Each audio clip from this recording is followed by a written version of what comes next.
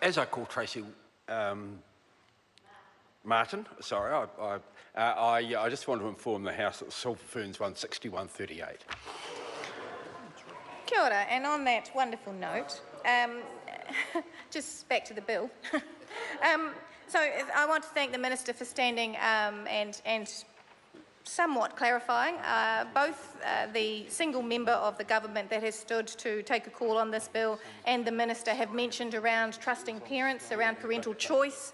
They use those words a lot, to trust parents and have choice. I hope that in the decision around Salisbury School that the Minister will apply that parental choice and that trust, that parents know what is best for their girls, and she will adopt the Salisbury solution so that those parents continue to have choice and that they can be trusted in that choice for their girls.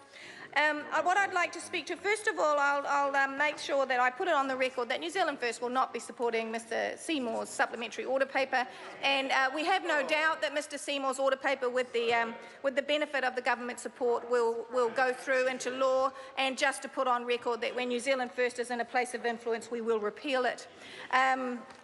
And we will repeal all legislation to do with charter schools. I want to speak to my supplementary order paper, which amends clause 910 in part 1, and it's around and they're called employment-based trainee teachers. I want to be 100% clear, sir, that there already are trainee teachers who, as part of their 4-year teacher training, do what they call section inside of our schools, inside our primary schools and inside our secondary schools. This is an amendment, a completely new category of apprentice in a way, and they're called employment-based trainee teachers. It was interesting talking to the gentleman from Teach First NZ who came to discuss this move by the government, that it was news to him 4 days before the supplementary order paper was placed on the table of the Select Committee. It was news to him because the PPTA and Teach First NZ and the Ministry of Education had reached an agreement that the Teach First NZ graduates would be able to apply for, like any other qualified teacher, for a teaching position as it was publicly advertised in the Gazette. This piece of legislation removes that requirement.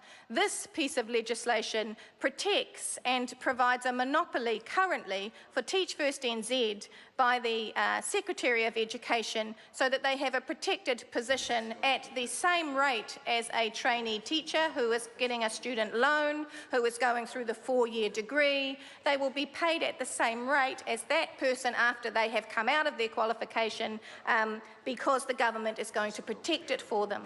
My supplementary order paper, though, however, recognises that because we have a skill shortage in science, math and English currently inside the secondary system, that Teach First NZ, with the very strong support of Auckland University, has provided graduates that have been successful inside that secondary level. However, there is no New Zealand data at all on graduates, so they might be a biology graduate or an engineering graduate or an arts graduate who has done an 8-week course over the Christmas break period and then is in front of a classroom.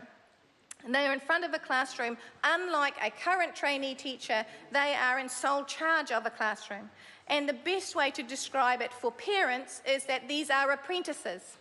And what we have usually done with apprentices is we have married them with a teaching expert, and we have made sure that they learn from that experience at the same time as they interact with our young people. My supplementary order paper is seeking to recognise that there has been some successful practice of Teach First NZ in secondary school, that those students pedagogically should have the standards, that should have the basics, should have a strength of knowledge, that when they get a graduate with a degree in, say, biology, who has 8-week management, who has 8-week course over a Christmas period and then support from Auckland University, that it is likely that that will go well. It has shown that it has gone well. But we cannot prove, we cannot be confident that it will translate to a 5-year-old or a 6-year-old or a 7-year-old. And I challenge the members of the government to stand and say that they're prepared to take the risk with, or I challenge the minister to answer upon what research this has been based. On what research are we going to place our primary school children under this apprenticeship scheme So I ask for the support of all those members who actually care about education, who care about whether our primary school children have the best people in front of them, not training on the job, to support the supplementary order paper. Chris Hipkins. Thank you very much.